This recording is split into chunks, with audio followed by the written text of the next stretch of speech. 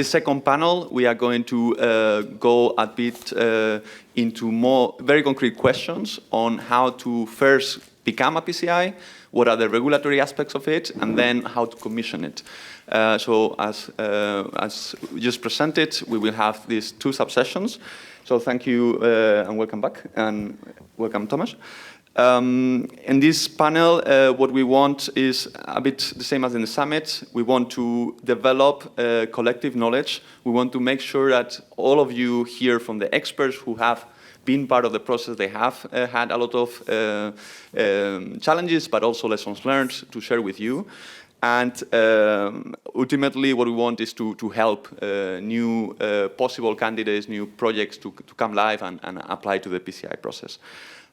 These projects, I mentioned it before, with the 10-year regulation, the revised regulation applicable for cross-border smart electricity grids, should bring more renewables, should bring more flexibility to the system, demand-side response, and the new business as aggregators. So what we want to hear is how these projects now are coming to life and being realized. So with this, maybe let's start the questions to you. And maybe the first one to Tomasz.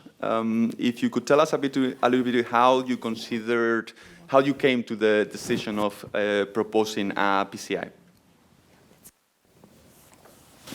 Thank you very much. Our journey towards the PCI that started in 2016. It was an occasion during the Slovak presidency when we had the opportunity to be more present in Brussels. And this was also the time when the second lift of the PCIs already existed. And we were thinking about also within the company how to get some extra sources of financing to the company, because usually, allow me to say, at least for our distribution company, we were used to the mechanism that DSOs are financed purely from the regulatory tariffs, and no extra sources of financing are even though monitored, because usually there was a penalty then from the regulator that if you have some, or the regulator was not fully recognizing all the extra costs.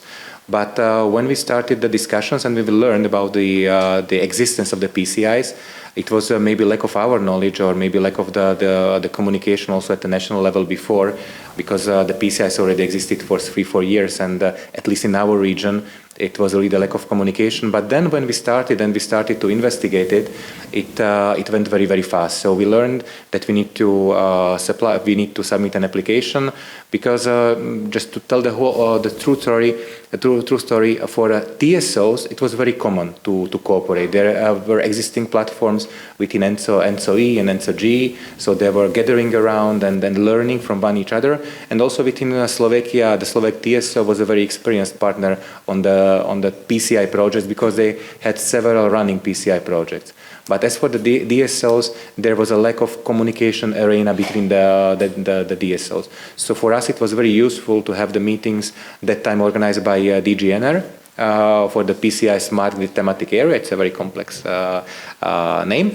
And then we also learned how to create the application, because also in terms of the application, one has to learn that the PCI Smart Grid application process differs from the PCI TSO process. So it's a different procedure that you need to learn. And so this was actually the start of our journey, and then there was also a huge motivation to be the first, at least in our region. We learned that we cannot be the first in EU, because Syncrogrid managed to win the first stage already with an active project, but at least to be first in our region. So this was the start of the project. So the main reason was to look for some extra sources of financing, how to promote the projects, and then to have also higher visibility for the project, because that time already the energy packages of the EU were in their life, so we had to change also our mindset of the DSOs to the new circumstances. So you have Thanks. You experience obviously the financing, which was very helpful, but also it gives you more political visibility at home, and you had to overcome some challenges with more cooperation and changing the financial understanding of the project, but ultimately achieving these goals. Very interesting. Thank you very much. Maybe a question now to Simon. If you could tell us, you have already explained, but very shortly, what were the main advantages that you saw by becoming a PCI, force included? So I think the main advantage is to get the status of PCI because you have quite easier approach to the getting the permits. This is the main issue because we have the communication with the authorities, with the ministries, and we can speed up some process regarding the building permit or operation permit, some environmental improvements and so on. And this is the status of PCI. It allows you to get in front of on the first step of the case. So I think this is quite nice. And of course, the second one is the contact and the PCI coordination with all stakeholders, which are giving by monthly or almost monthly, and then you can exchange all the information, obstacle on the grid, and everybody aware that we have a timeline, and this is very important. So, unfortunately, this is not the case in the public procurement process because there cannot be avoid something or cannot be put it in front. So this is the main advantage for me. So we heard before CEF funding, political visibility, and also permitting and other improvements in collaboration. So a lot of benefits there. A question to you, Susa, on the coming together, the promoters. Obviously, it's a cross-border project, so you have partners. How does that happen? How do you first reach who has the idea? How do you reach the other promoters, and how do you come together? So first of all, we had to set our goals. What is our aim to become a PCI, and whether we comply with the TENI regulation. So we had to analyze it, and also we had a good example of Slovak and Czech colleagues, and of course we contacted them. So actually the idea came in 2017, and we had discussions with Tamás. How did they do it? So they already have a lot of learnings which we could use. But as Simon mentioned, I think the main, the most important part in the long run are the partners. So actually it's like also a network, but a network of professional relationships. And it's really important that you find reliable and professional partners. And fortunately, DSOs and TSOs are like that. So we had to actually look around who is available for partnership. We had to convince both our boards. and this is the way how we started forming the project. Unfortunately, the room is full of potential new reliable partners, right? Actually, I'm going to ask you the same question to you, Tomáš. Did you experience the same process, or how was it for you? Yeah. So hello everyone. Maybe I will shortly introduce myself because I'm the only new guy in this group sitting here. So my name is Tomáš Manosoglu. I work in the EGD company. We are the DSO in Czech Republic, the half of the Czech Republic, let's say. And I'm currently the project manager of ACAN and also Gabretta project. So I'm sitting on two chairs as another Thomas here. Maybe it's symbolical for our first name. And going to the PCI, maybe also the CEF cooperation, I really don't want to use some, let's say, our group buzzwords, but we are lucky that E.ON Group, we are quite a strong company And we are really based on the knowledge sharing and sharing the experiences of best practices. We have a lot of, let's say, instruments how share this knowledge about whatever you can imagine. So this was one of the, let's say, biggest advantages that as we are sitting here, 3 of us are from the E.ON group. So that's why we came out with another partners. We meet each other, we discuss, and because I wasn't in the beginning of the Aiken project, I came in the, let's say, first year of implementation, so I'm not the oldest Thomas here from the perspective of implementation, but I was in the beginning of the project Abreta. So we used this E.ON-wide opportunity. We started the discussions with our German colleagues, which had a direct border with us, and let's say, hey, we have to try this new way of promoting and implementing projects. Because as you everybody know, I think in this room, DSOs and TSOs are not the Apple and other modern companies. It takes a lot of time to implement a new technology, something smart.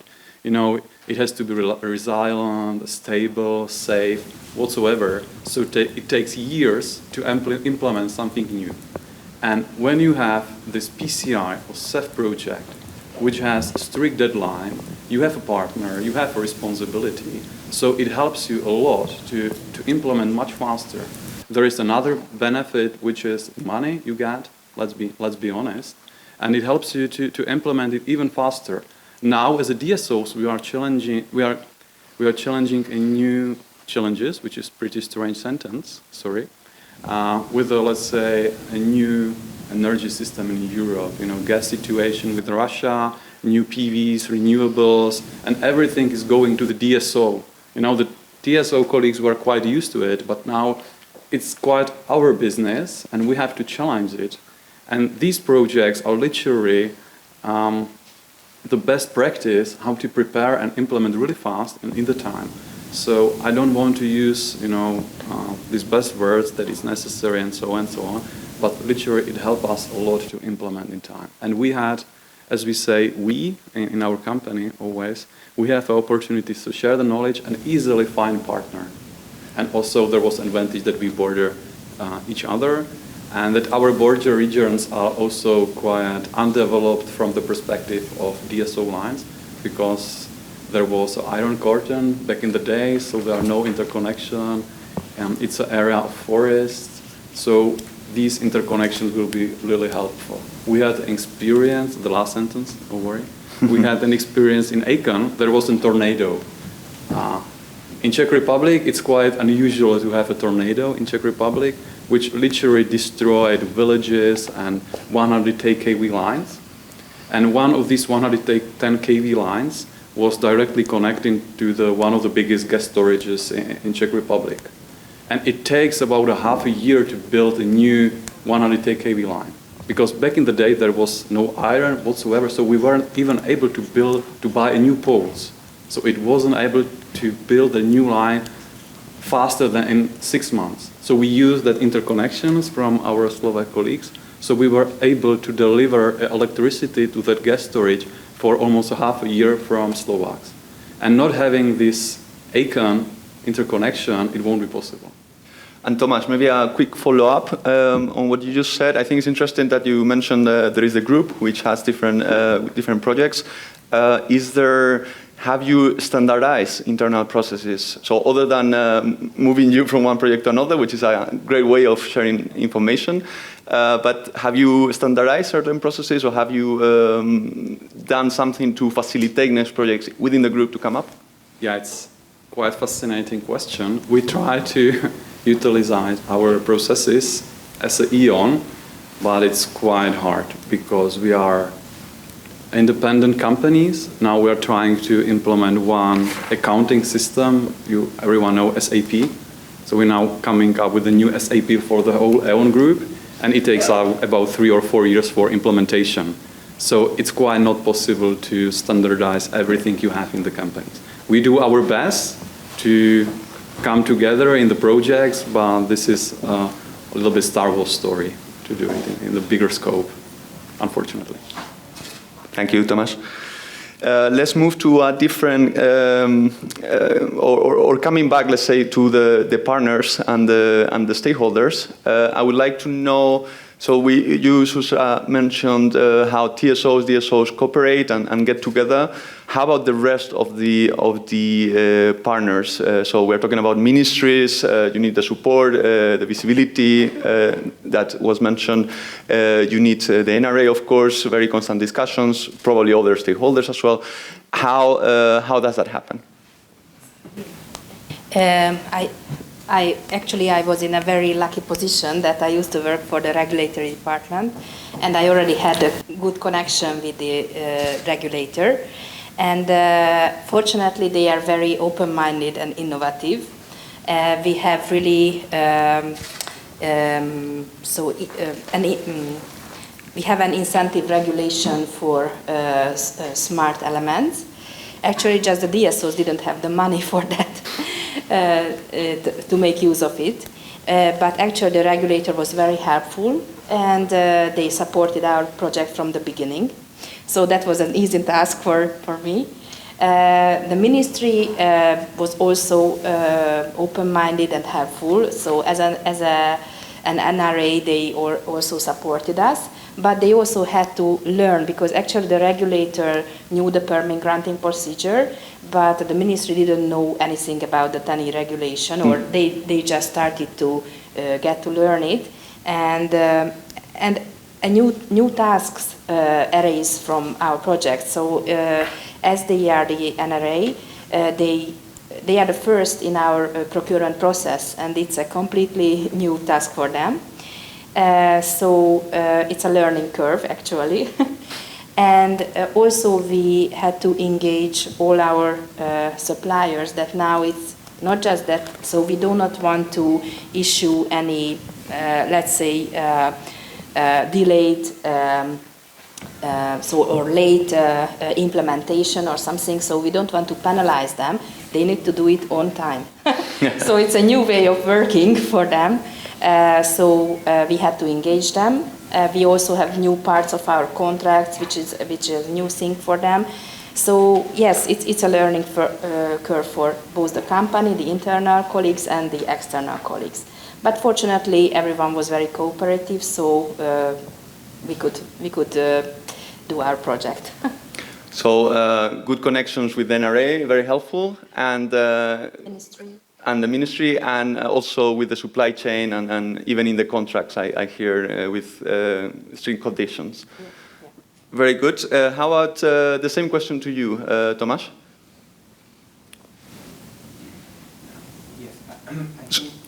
Yes. The cooperation with the partners is very important, but from my perspective, again, when it comes to the PCI, from the construction point of view, it's the same kind of activity the DSOs are doing. And the real learning, it was mentioned already before, just to emphasize it, is put in this case with the existence of the milestones to complete the actions on time.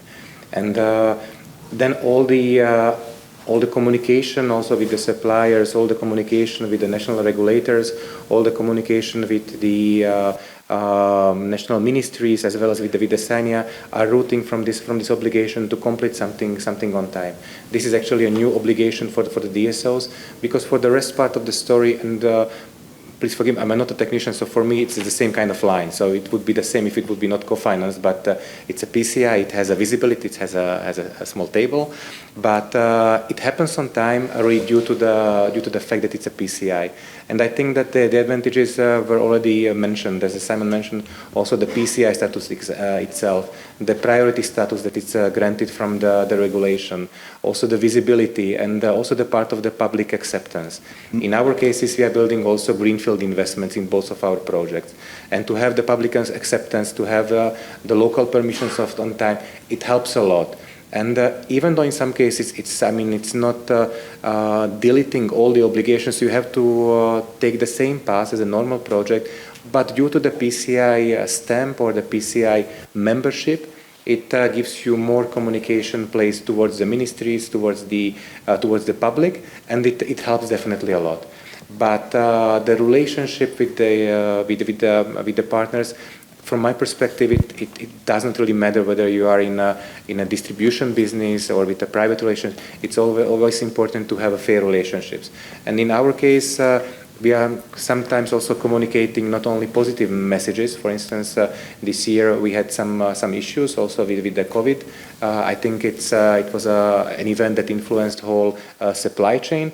And what we decided also in line with our obligations, but I think it's in line with the normal human relationships. If something happens, so I'm calling the signing officer that we have an issue and Houston, we have a problem and somehow we have to deal with it. And I think it's very important to have a communication on time. It's the same approach towards the ministries, towards the regulators, that they are informed because the problem is already there. The elephant is in the room, so we have to deal with it. And I think that this kind of fair and open and transparent communication is something really, I think we can see it in all of the projects, that it's like a line connecting then the project. And also, we are communicating within each other if we have an issue or a problem. So we are not acting as competitors now in the PCI arena. All of our projects are already co-financed. We have our contract signed, so we just have to deliver. And in the exchange of knowledge, or the exchange of knowledge that we can provide also to the newcomers, I think it's definitely an added value for them to be prepared for what could happen. And it goes a little bit what you're saying, complementing the first panel. So you say it's not only the technology, but the people are super important, and you need to engage them. It gives political visibility, but also to the citizens, which at the end need to approve the project. Absolutely, yes. Agree with it. Very good. Thanks a lot. Maybe I think both Simon and Susa mentioned quite interesting regulatory incentives, permitting and more on the financial side. I would like to dive a little bit more into that. So maybe I can go first to you, Simon. If you can tell us what kind of regulatory incentives you've seen, permitting or others, and yeah, have you learned anything from it? Is there barriers? Are there best practices? What is your experience? You see, okay.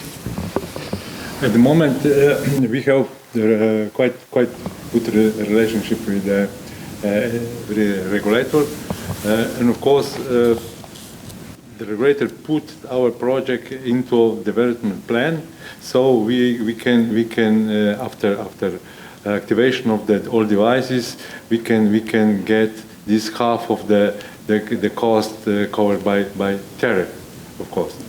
So this is the good things, and but concerning the incentives till now, for my knowledge, there is not so much, or even not none. But I know that the regulatory preparing or the drafting some rules for these types of incentives. I think the project or the system will start it next year, and it been some kind calculated by key performance indicators. So they follow the same like SINEA. They follow the results, the measurement, the proof of this project which are already carried out, and they in this case we can get some incentives. I don't know how much, but the system is preparing, and it will start it next year. So we think this is a good approach for incentive, because everybody wants to increase the smart grid projects, some proactive activities due to green transformation and so on. So this is one step further to reach and to wider these topics. So there is already good incentives to do cost recovery, but some work can still be done to incentivize and promote via financial incentives these projects. Yes, of course. Thank you. And then maybe Tomasz, I'm going to ask you the same open question. So however you interpret regulatory incentives, what have you seen there? What is your experience and what are best practices or lessons that you have? Yeah, I don't want to be repetitive, so I will not, repeat what my colleague said. And also I don't want to start with the complaining, but let's have a look on current situation on energy market in Europe. Have a look on the electricity prices, 1,000 euros per megawatt hour, which is super crazy. We as DSOs and also TSOs, we have to buy electricity for our losses and own consumption.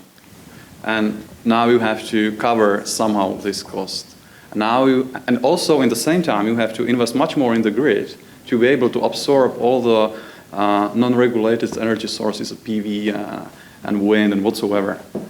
And now the situation is your costs are much, much higher to maintain the grid and to operate the grid. Then you need a lot of money to implement in the grid, to have all the smart elements which are necessary. And now what to do? Okay, you can go to the customer and tell them, okay, let's pay me another additional 100 euros per megawatt for the DSO services. Imagine that saying to the, NRA and ministry and everybody else. I don't know if it's way or not, but I think it's not real currently in the situation. So you have to try to find additional sources for financing these must-have in the grid, and also to save the money from the customers. Because if you get some EU funding, in the end, you don't charge it to the customer. So that's why we, as quite a big company with a huge investment budget, we're still trying to find additional financing sources to be able to develop faster and implement faster. Yeah, super frankly speaking. So this is one huge plus. Also, it's a great, I don't want to say story, but message to the customers, also to the NRA, that you are really trying to do something than just complaining that we need more money. Okay? And then another benefit, as everybody said, it's quite a door opener. We have good relations with ministries and all the important stakeholders, but when you have this kind of European importance topic and story, it opens you a door quite a lot, and you can start this inconvenient discussions on convenient subject. So it's also a great way how to promote the projects. And yeah, I won't say that the permitting process is a plus, honestly. We try to, because we have a new 10E regulation, we had discussions with our Ministry of Industry, which is responsible for the implementation of 10E regulation. And as probably everyone here knows, the permitting process for the investment is made for TSOs investments, not for the smart grid investments. It's not really, it's quite complicated from our perspective. So we are lucky that most of our investments doesn't need any permit when you want to implement it in the grid, any state permit. So we don't have to use it much because there is no permit necessary. But I won't say that this is really helpful, because when you go to our national regulation, for instance, for permit regulation, it's pretty the same like 10E. We have to ask public about the opinion. You have to involve everyone to the process. You need the water framework, you need the Natura stuff, and so on and so on. So now, because of the 10E, we doubled the process. As I said, I don't want to complain, but let's honestly say that there are not only the plus, but also some challenges. Not only from the perspective of your company internal processes, but also that you have to adjust and put something on the top, which costs you some time and effort and so on. So maybe, yeah.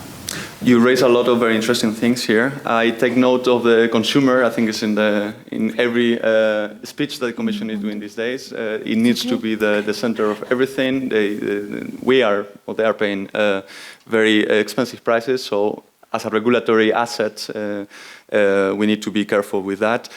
And I take note on the PCI that you say that it provides good benefits, only, of course, CEF.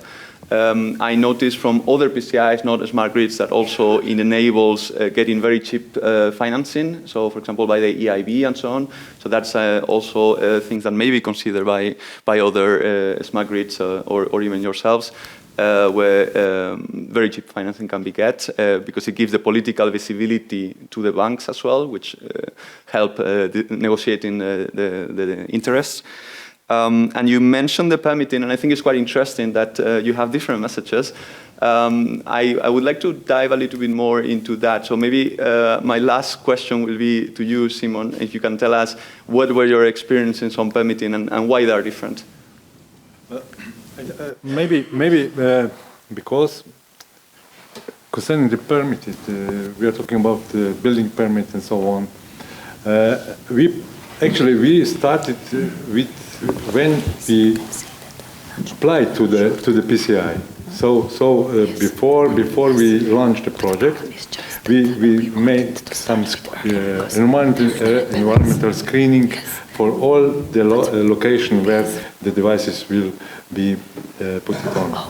This is the first step. Yes. And the second good situation is that because we implement our device inside of the substations. So we need actually the building permit, but it's not so difficult or so because everything is already inside, and we have to just look for example, for the noise situation, for the nature area, water treatment, and so on.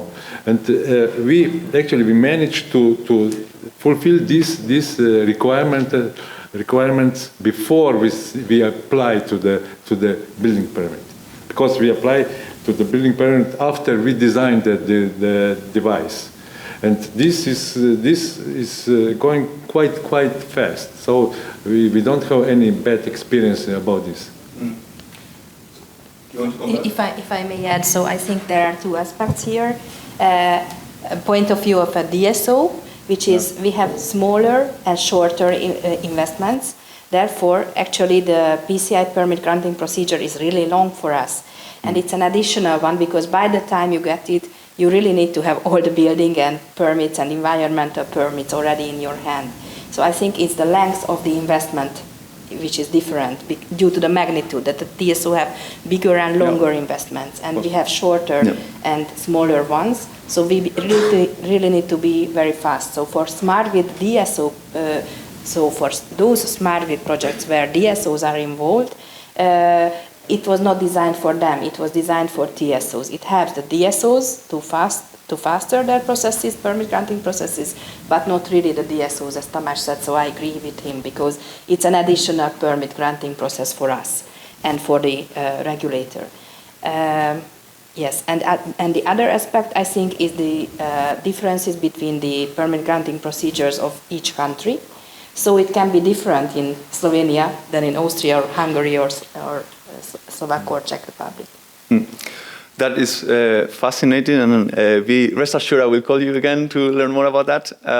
We have established just last May a platform for cooperation of national competent authorities, so the ones dealing with permitting for PCIs, and includes all kind of projects, but explicitly we want to analyze this smart grid situation and what is the barriers and what will help as well. The TENI is supposed to accelerate at least, so it's not meant only for the TSO projects, by providing these deadlines and these one-stop shop obligations. But if it's not, if there are things that can be improving, we are very happy to hear about them. And with this, it was very, very interesting for me at least. I hope you also enjoyed a lot, and I'm going to give the floor to Beatrice. Thanks a lot. Panelists, it's me now, and I'm going to drill you a bit more on and following on, let's say, aspects that were already mentioned, but we're going to go a bit deeper in implementation aspects of smart grid PCI and getting really, let's say, on the ground and completed. So if I can start maybe with the first question to you. We know, we also, let's say, also from Commission and also CINEA, that getting really a project, an energy infrastructure project on the ground is complex. When we talk also for construction, for the construction side, here it's a cross-border aspect that comes into place, and on smart grid PCI is this new technologies element that also, I think, adds, let's say, new complexity. So if we look, let's say, at this, let's say, also maybe technological challenges, can I ask, and maybe can ask Simon to start, what have, in your experience, been the main challenges to implement these smart technologies when putting really the PCI, so to say, on the ground? Yes, of course, I think when we started with the implementation, this is the process which are going on quite fast because the time is limited and the technology is new, the project is complex and so on. But I think the main point is to start as soon as possible and involve all the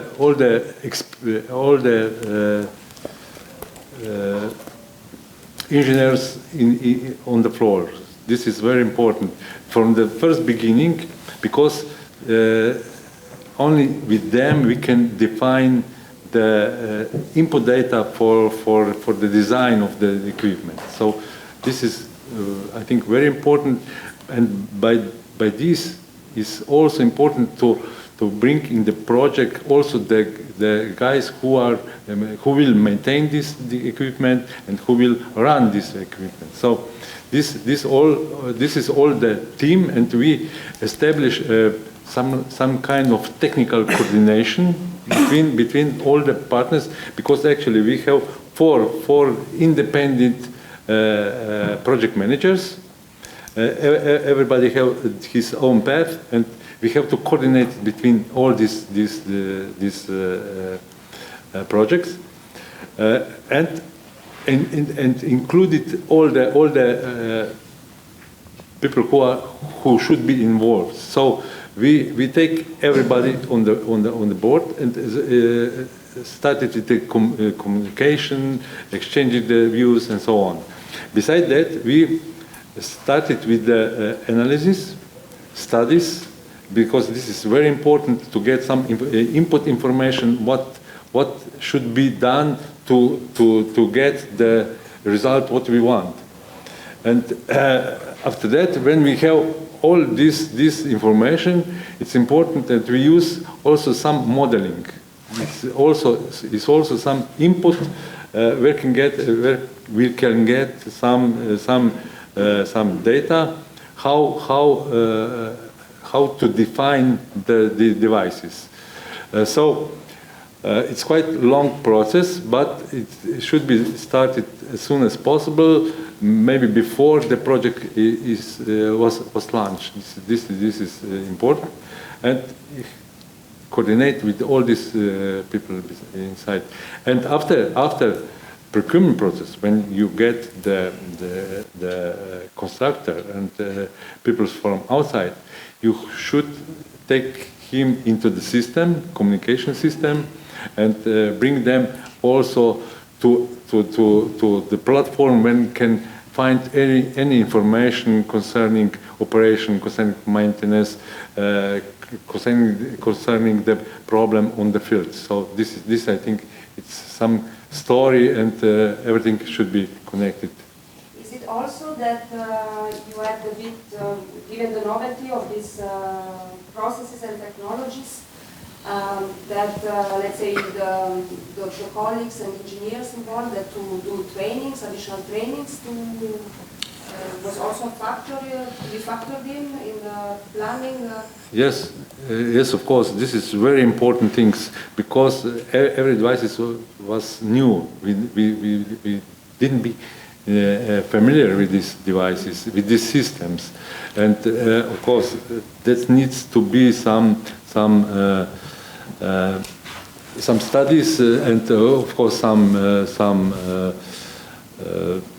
maybe outside consultants should be involved in this project, in this process also, because you cannot give information from inside. So the outside communication is also so important to gain the information, to get every details, because we can study everything, but at the end of the day, the main or fine tuning should be the last one, and in this case you need experts from the outside, and in this case it's very important also the market research that should be done before you started the process of tendering.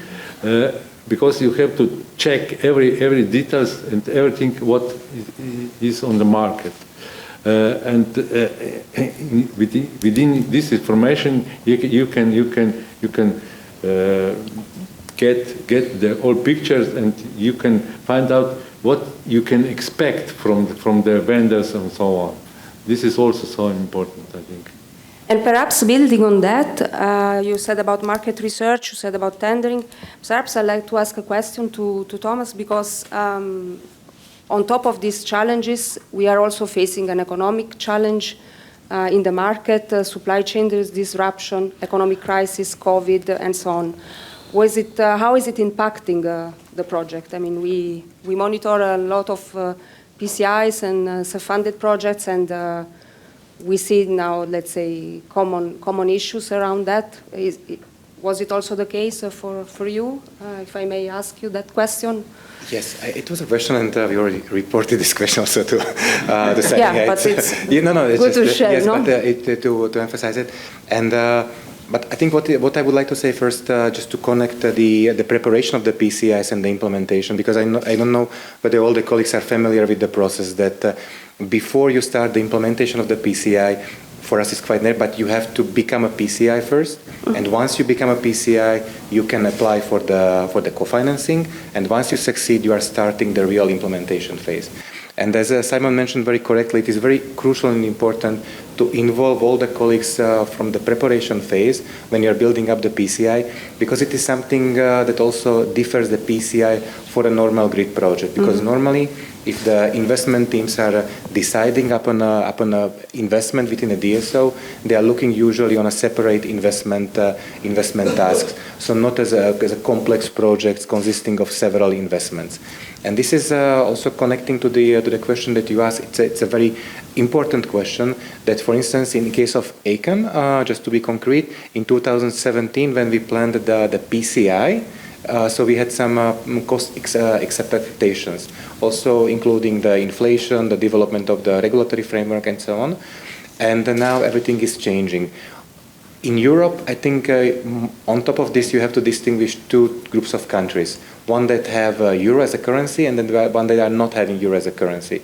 We are in a lucky case that the cost that we declared also in the PCI application or also in the grant application, our costs are in euro. We are using euros as a currency in Slovakia. But our project partners in both of these projects, they are using the national currencies, and we are really witnessing different situations, how the market prices are developing, how the exchange rate is, everything is influencing. So currently, I think the year 2020, 21, and 22 is putting a huge difference also to the realization of the project. As Tomáš mentioned, in case of the Czech tornado case, let me call it this way, there's a scarcity also some of the materials, so the waiting period for the delivery of the materials is now prolonged. But not only the period, the waiting period, but also the expenses, the costs that the companies are asking the vendors. Because if I may compare again a TSO project that is usually, and I'm not willing to underestimate the TSO projects at all, but it's about the pure TSO PCI project. It's about one line usually, or one substation. But in case of smart grid PCIs, as we saw in the cases of Syncrogrid, ACAN, Gabretta, and Danube Grid as well, it's a complex of several investments. So there are several procurement periods, several permitting so everything is much more complex. So therefore, it is more difficult to very correctly project the cost at the beginning of the investment period. But I think it's a story that all of us are facing, but it's a really serious issue. So the COVID is placing the delivery period of the materials, the scarcity of the materials, and then also the financial parts. The materials are getting more and more expensive, and this is at the end going to influence the final construction costs of the project. No, thanks. It's, I think, very, interesting that you share these insights, and indeed the complexities, like what you said, the classic project, it was only one line or one substation. So we are here really to learn how to deal with this complexity of investments. And I must say also for CINEA to monitor, let's say, the progress of projects, it's, it has also had some, some additional complexities or change in our a bit mentality and methodologies, how to deal with that.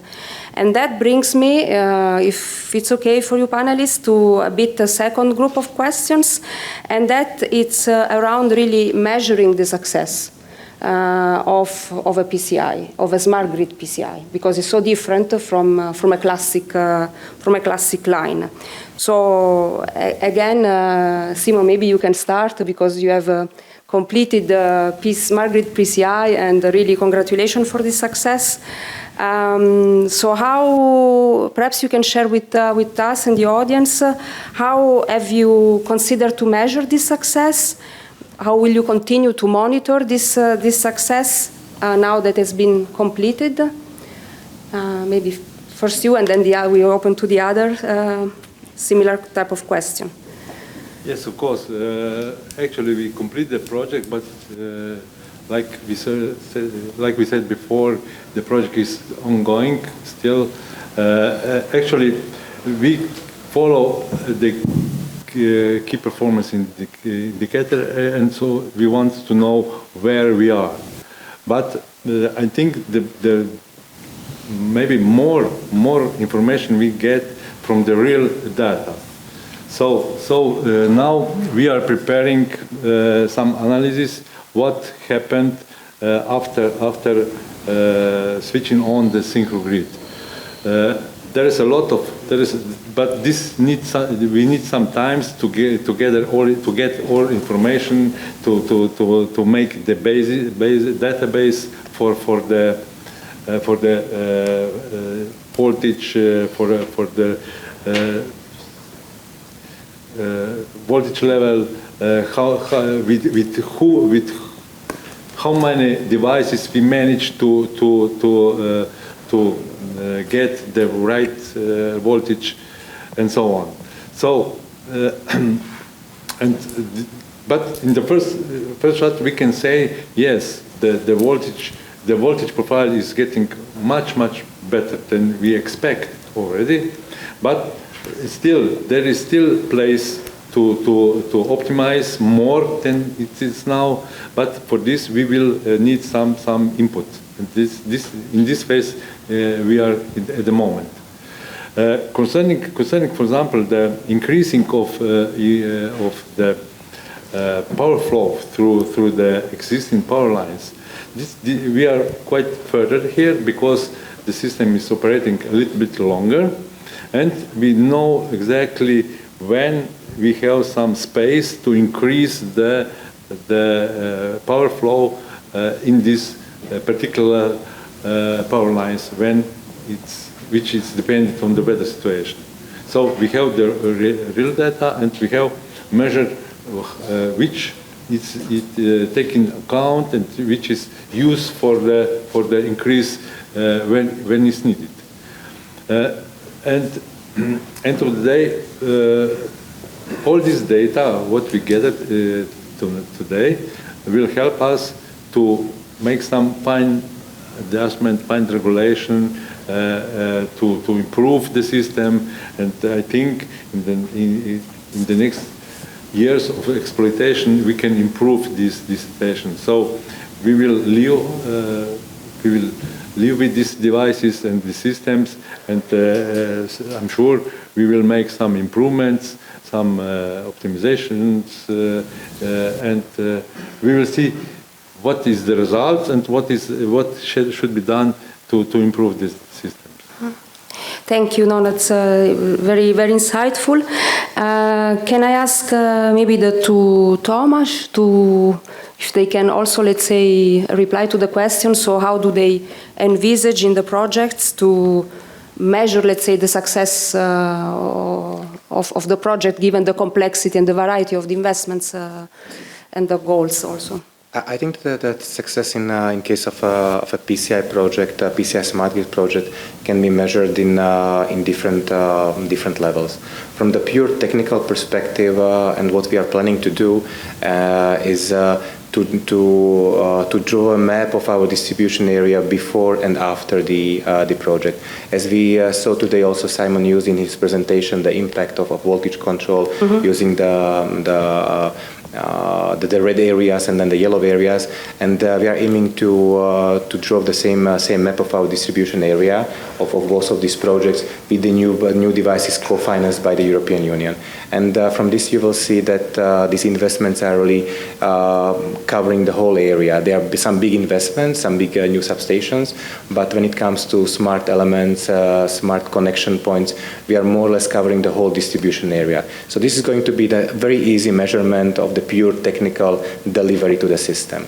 The other level of delivery, also connected to the motivation factors of the regulator, is how we can compete with the new standards. With the new standards, when it comes to SAIFI indicators of the distribution company, how we can conclude with the connection of new customers, how fast we can locate the some difficulties in the grid. So this will be a more an operational impact on the successful of the projects.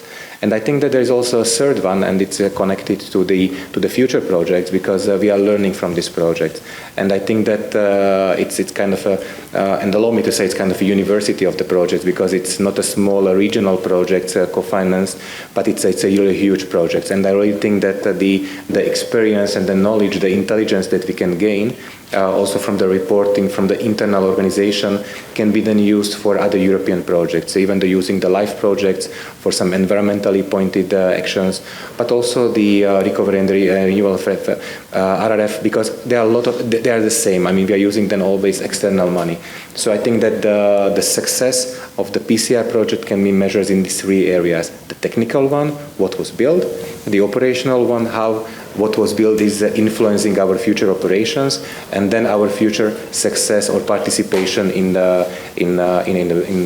other EU projects. Thank you. Tomasz, you want to maybe add or anything, or? Want to add something, or? No, or you. Or maybe. Yes, super. I like long stories, so one long story. You know, keep the time. Yes. Sorry, Eduardo. You know, the main goal of the distributor is to connect a new customer. So when you go to our grid, 60% of all capacities on the market are going to connecting new customers. So 60% are out of the market. Then you have the rest, 40%.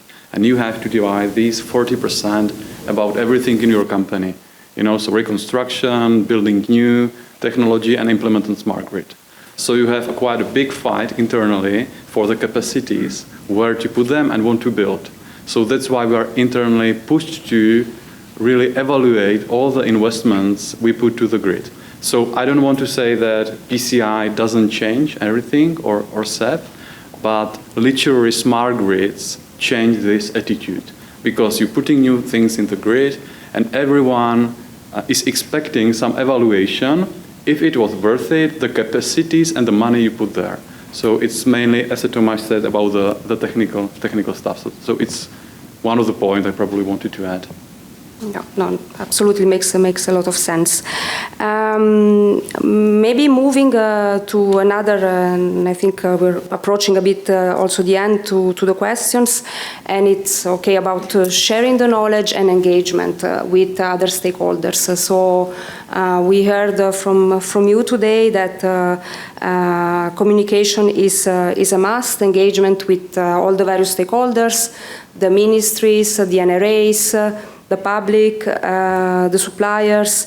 I'd like to dig a little bit better, a little bit further into that. I mean, given that it's really about knowledge sharing and also maybe helpful for new potential projects to come, Shusha, perhaps you can tell us a bit more, how have you done it? What was the communication or stakeholders engagement strategy, if there was one? Yes. Well, as we have already touched upon, we started at the beginning with the regulator and the ministry, and actually there were new tasks within the ministry, so we really had to have long discussions. But they were actually familiar with what is a PCI, what do we do. But when we, for example, went to the local authorities like environmental authority or building, where we get the building permits and other authorities, they had no idea what is a PCI. So we had to teach them basically what it is and why do we do it and engage them. We also had to engage the municipalities because usually when DSO wants to, so everyone wants to use electricity, but they don't want to see substations and wires and cables. So, well, it's very hard to do it. So with cables, okay, it's underground, but so sometimes you can put a substation underground, but it's not always the case for, so it's just used in cities. So you need to convince them that it's good for them and how will it develop the region. So these are long discussions. And the most important is the public to support you and the environmental agencies and authorities. So actually I made a really a lot of times like round trips all over the area of Danube grid in the Hungarian region, and we visited them for the first time. Okay, it was shocking. Then visiting the second time, then they were more and more getting to understand the project and that it will be good for them. And as we had discussions, they realized that, okay, they will support our project. And with the environmental authorities, of course, we had to make we had to alter some technical solutions in order to satisfy them. So it's a long communication process. And as for to reach the public, we have contacted all the municipalities who are included or affected by our projects, and actually it's like hundreds of them. And we made public consultation even before the start of the action. And since then, we have also done it. It's quite useful because the public can ask, and we ask the regulator and the ministry to participate in it. So they got, and also municipalities who have the experience and they, for example, already benefit from the existing, substation or some other investments. So this is how we did it, and of course there is always room to improve. So we try to do our best online. We have a website, we promote it on our social media, like LinkedIn. In Hungary we use also Facebook, and now we started using Twitter, which is new for us. So we try to reach all the stakeholders in a virtual way as well. So these new tools have helped reaching out and improving the public acceptance of... Yes, yes. Actually, I get many letters for just asking for some information, or there is someone who doesn't want that we build a line there. So then we start a communication, and we end up in an agreement. So either we alter our plans or we convince that the stakeholders. So we come to an agreement. That's the aim. Okay, that's good to know. So we are approaching the end, but I would like still maybe Thomas, if you would like to add anything on also on the process of public consultation for ECON, for example. I would say we try to be a friendly neighborhood DSO. So to involve the publicity. So we have a department which is literally responsible for for the activation of municipalities, communication with their departments. And ACON was another big topic which helped us to involve the public in all the processes and discussions with mayors. And yeah, I would only repeat what was already said. So we tried it definitely before, friendly neighborhood DSO, but this helped us a lot to have a new perspective and new subject to promote. I put there on the floor. And can I ask if the fact that there was a, let's say, EU logo on the project, is it helps or difficult or? I would say like 50-50. 50-50 in your experience. Okay, interesting. I think we are approaching a bit the end.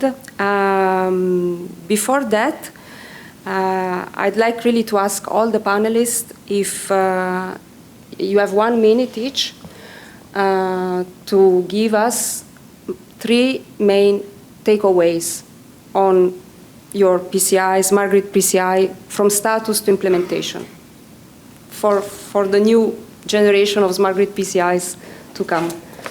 1 minute, 3 takeaways. Okay, so, Thomas. so I should start. Okay, so it will definitely change your perspective in your company.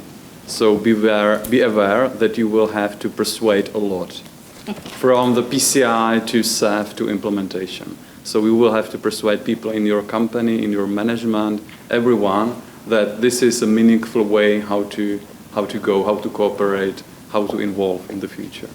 Then, so it takes some time. Then it takes some sources because you have to implement new ways of thinking and developing. So the unit I'm working in is specialized on advancing the internal processes. So this is another challenging story for you.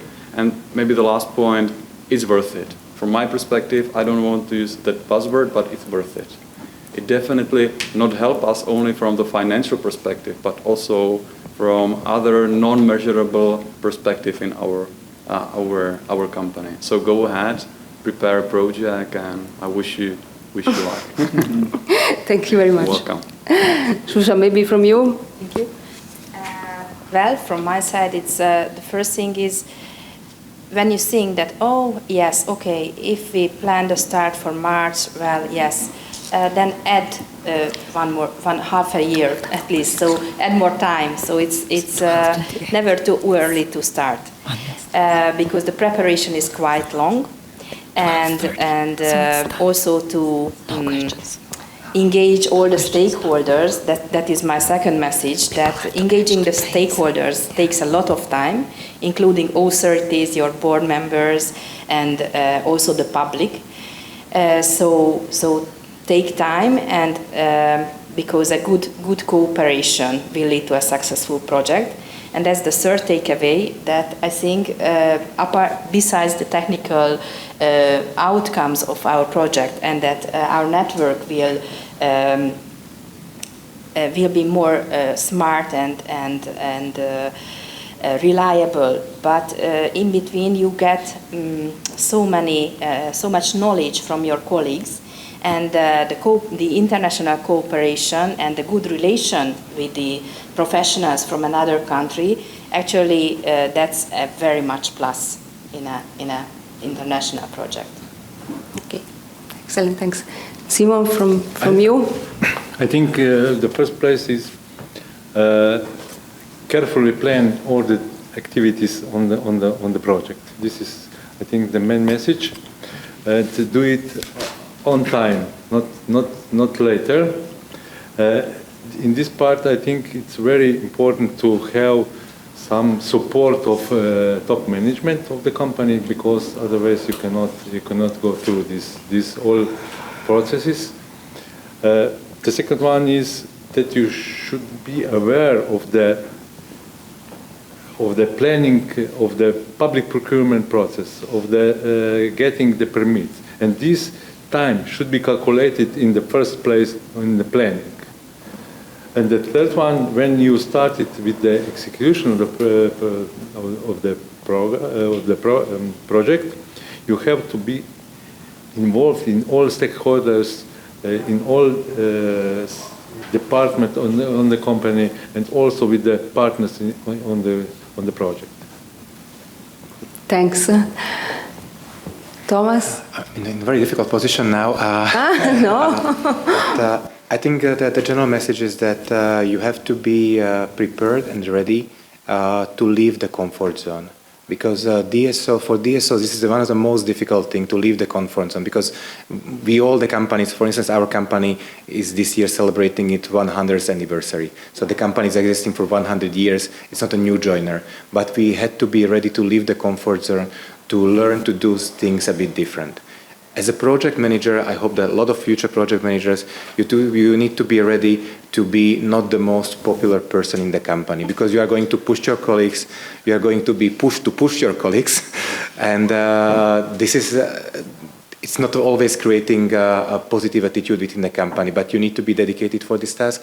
And the third one, for instance, when we were visiting jointly with Eduardo and Vitona the construction sites of our greenfield investments, jointly with my colleagues Stanka and Otto, it's something that the chance for you to leave something here for a longer period, because all the DSO investments, all the energy investments are staying here for 30, 40 years. So you have the chance to be a part of something that can improve also the living conditions for the company or for the region, for the country. So I think it's a huge opportunity, but again, as well as a huge responsibility. Yeah. Thanks a lot. I think it's a very, very interesting takeaways, and I think you all have the same message, that it's difficult, that it's cross-border, that TSO, DSO, that there are so many stakeholders you have to engage internally in the companies and externally. But at the end, I understand that you said it in one sentence, it's worth. So perhaps we can conclude really with this session, with this kind of positive outcome, and congratulations to Simon, and really good luck for the other smart grid PCIs to continue in their journey. Also from DG Ener and Cinea, we are also here to support you. And I think really personally it was a very positive and interesting exchange, and really good to have the live discussions with you, and I'm sure the audience can say the same. I think I stop here because I'm under the control of our moderator. Thank you very much. Don't want to stand in front of you for all these wonderful discussions and knowledge and experience sharing with the audience. And thank you very much.